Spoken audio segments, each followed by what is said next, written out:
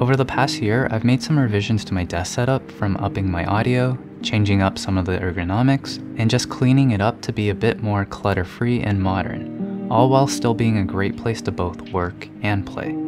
Hi, I'm David, and here are the 35 accessories that make up my dream desk setup for 2022. Starting with my audio setup, these are the Canto Tugs, a premium speaker with a premium price tag, but what you get is a good sound, convenient all-in-one solution, and a gorgeous design. But for a more intimate, private experience, I'll switch over to my Sennheiser HD560Ss, which I love for its open back, comfortable, and pleasing sound. To store them, I just use a clamp that I had laying around on the side of the desk. While I'm sure there are nicer solutions, this is cheap and does the job. While I don't think these headphones require a dedicated amp, I am using it with a topping L30 amp, which makes it super easy to switch between the speakers and the headphones with a flick of the switch. I use both the speakers and headphones with multiple devices here, and to avoid complicated input switching, I use a Rolls mini mixer to feed the amp.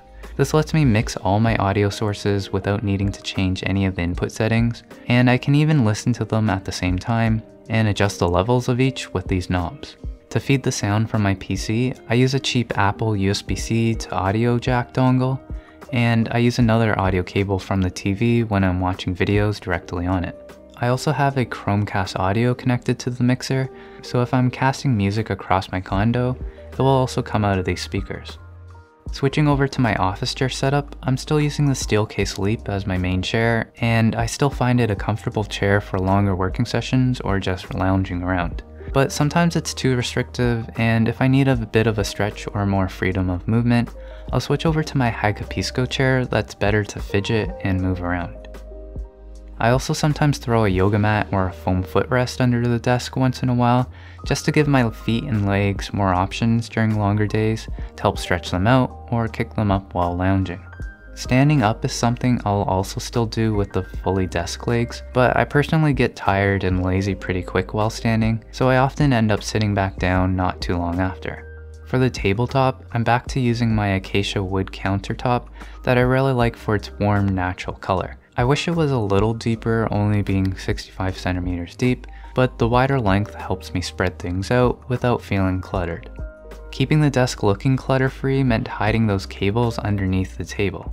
For cable management, I use these cable sleeves to wrap together the visible cables that need to go from the desk to the floor, and then I also use these cuttable cable covers to wrap the excess cables to minimize the amount of visible spiderwebs of cables for easier organization. I use these cable fasteners just about everywhere and feed them through the small gaps in the desk to hold the cables in place, and you can also buy these fasteners in rolls of thin or even wide rolls to cut them as short or as long as you need, perfect for wrapping those odd-shaped cables.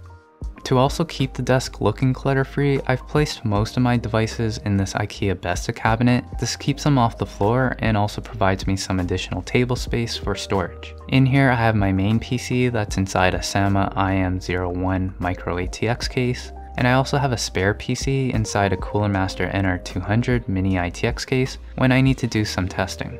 And then for gaming, I have the PS5 also in here with the controller stored on top. Up in the corner, I've mounted my USB switch in the cabinet that lets me quickly switch my keyboard and mouse between my main PC and laptop at a click of a switch.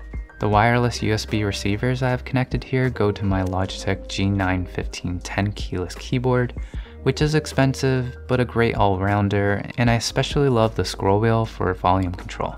And my G305 mouse that is basic, but a great performing mouse for both gaming and productivity. I also added a Microsoft Bluetooth Numberpad that's helpful if I'm working on a lot of calculations or spreadsheets.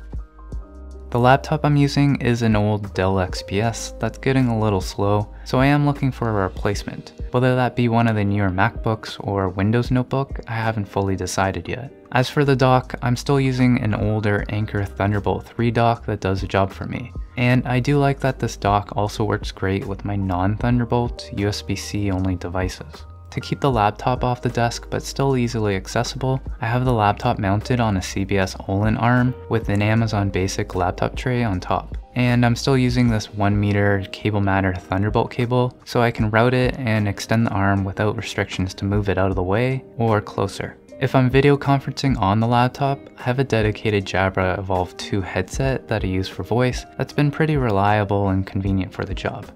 If you've seen my previous videos, you know my most recent upgrade would be the gorgeous LG C2 42 OLED TV that I use as my monitor. And I have it mounted on an Ergotron HX Arm with a VIVO mount adapter to give it that clean floating look. And to wrap up my desk setup with some lighting, I have this Quintus light bar on top to provide desk lighting, and then an IKEA light cord taped in place with an IKEA trad-free smart bulb that I can control with the wireless remote to add some bias lighting behind the screen.